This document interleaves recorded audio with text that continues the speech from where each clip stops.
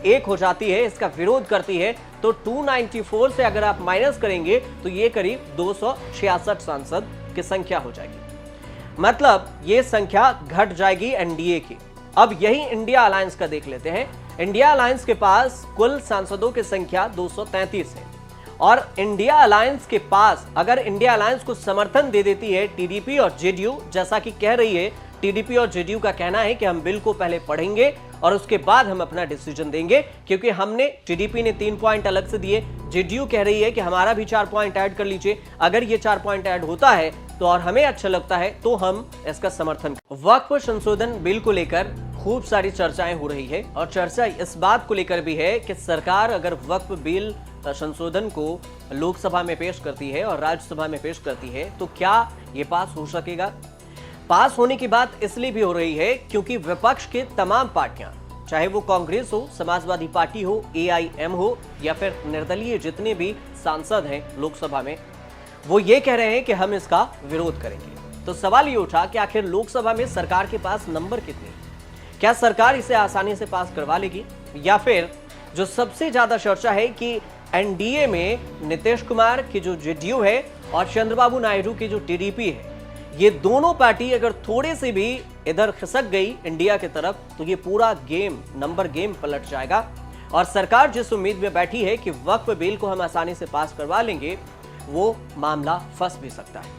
आपको इस पूरे नंबर गेम के बारे में बताते हैं कि आखिर ये नंबर गेम है क्या, कैसे सरकार फंस सकती है, इसको आप ग्राफिक के जरिए समझिए। अब हम आपको स्क्रीन पर दिख रहा होगा, यह है वक्फ बोर्ड, जो वक्फ बिल है उसका नंबर गेम। लोकसभा की पहले बात करते हैं।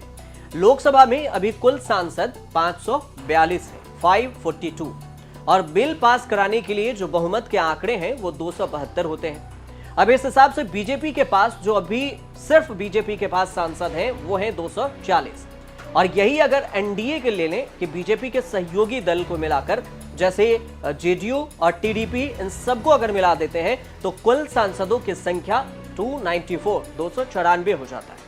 ये सत्ता पक्ष की बात हो रही है। अब अगर चलते हैं विपक्ष की तरफ, कांग्रेस के पास 99 सांसद हैं और इंडिया गठबंधन को अगर लेते हैं, मतलब कांग्रेस के अलावा समाजवादी पार्टी है और बाकी जो भी सहयोगी दल है उसको, तो 233 सांसद हो जाता है। इस हिसाब से अगर देखेंगे आप तो इस नंबर गेम में ज्यादा कुछ अंतर जो है खेल पलट सकता है वो जेडीयू और टीडीपी। वो कैसे, आपको ये भी समझना जरूरी है। अब इस नंबर गेम को गौर से देखिए, और आप जब गौर से देखेंगे तो बिल पास कराने के लिए जो 272 का बहुमत होना जरूरी है, वो कैसे खेल पलटेगा इस नंबर गेम से समझ सकते हैं आप। बीजेपी के पास 240 सांसद, एनडीए के पास 294, और इसमें देखें तो टीडीपी के पास है 16 सांसद और जेडीयू के पास 12 सांसद। टीडीपी और जेडीयू अगर दोनों को मिला देते हैं तो यह संख्या हो जाती है 16 और 12, 28 सांसद। टीडीपी जेडीयू के पास 28 हो गए। अब एनडीए में अगर देखें तो टीडीपी और जेडीयू को जोड़ दें और एनडीए के पूरे जो सांसद हैं 294, इसको अगर घटाते हैं, अगर टीडीपी और जेडीयू एक हो जाती है, इसका विरोध करती है, तो 294 से अगर आप माइनस करेंगे तो ये करीब 266 सांसद की संख्या हो जाएगी। मतलब ये संख्या घट जाएगी एनडीए की। अब यही इंडिया अलायंस का देख लेते हैं।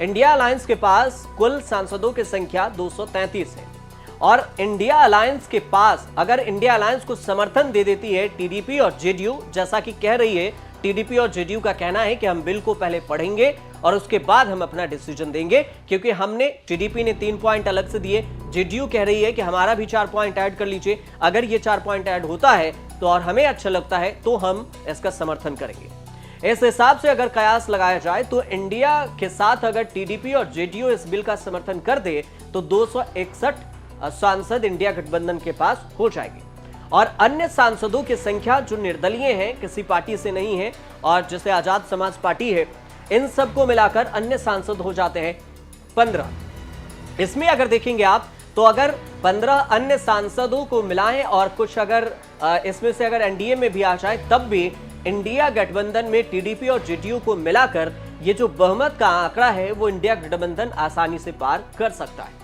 272 बहुमत के आंकड़े चाहिए और इसी कोशिश है कि विपक्ष के कि जेडीयू को और टीडीपी को अपने पक्ष में ले और अन्य को पक्ष में ले और इसका हम पुरजोर विरोध करें और इसे हम पास न होने दें, क्योंकि AIMIM भी इसी मेंबर में है, इंडिया गठबंधन से अलग अन्य में आते हैं, तो ये भी विरोध कर रही है। अब इस नंबर गेम में फंसेगा। अगर टीडीपी और जेडीयू चली जाती है तो ये लोकसभा का जो नंबर गेम है वो आपको स्क्रीन पर हमने बताया। अब बात करते हैं राज्यसभा की कि राज्यसभा में कैसे वक्फ बिल फंस सकता है या फिर पास हो सकता है, ये नंबर गेम भी समझ लीजिए। अब आपको राज्यसभा में जो नंबर गेम है उस नंबर गेम को समझाते हैं कि राज्यसभा में क्या कुछ होगा। ये जो स्क्रीन पर आप नंबर देख रहे हैं इसमें आपको अभी जो कुल संख्या है 236 है राज्यसभा में, और इसमें से बिल पास कराने के लिए 121 बहुमत के आंकड़े जरूरी है। बीजेपी के पास 98 सांसद हैं राज्यसभा, और इसमें एनडीए को अगर जोड़ दें तो 115 सांसद हो जाते हैं। मनोनीत सदस्य जो है वो 6 हैं। अब इसमें देखें तो अब कांग्रेस के 27 सांसद हैं राज्यसभा के और इंडिया अलायंस के 85 हैं, मतलब 85। अगर इसमें थोड़े से ऊपर नीचे अगर हो जाए 121 सांसद हैं और इसमें अगर मुस्लिम सांसदों की जो बात हो रही है उसमें अगर नंबर गेम हटता है तो फिर यहां थोड़े से ऊपर नीचे हो सकती है, लेकिन राज्यसभा में उतना मुश्किल भी नहीं दिख रहा है। लेकिन तब भी अगर वक्फ बिल को सरकार को पास करानी है तो फिर टीडीपी जेडीयू सबको समर्थन में लेना पड़ेगा। अगर नंबर गेम में थोड़े से उलट-पुलट हुए तो फिर ये बिल पास नहीं हो सकती। और इस हिसाब से हमने कोशिश की कि आपको इस पूरे नंबर गेम का खेल आपको समझाएं। उम्मीद करते हैं कि ये जो राज्यसभा और लोकसभा में नंबर गेम का प्लान था ये आपको समझ में आ गई। और आई हो तो हमारे चैनल से जुड़िए, सब्सक्राइब कीजिए, शेयर कीजिए, कमेंट कीजिए और देखते रहिए न्यूज़ तक।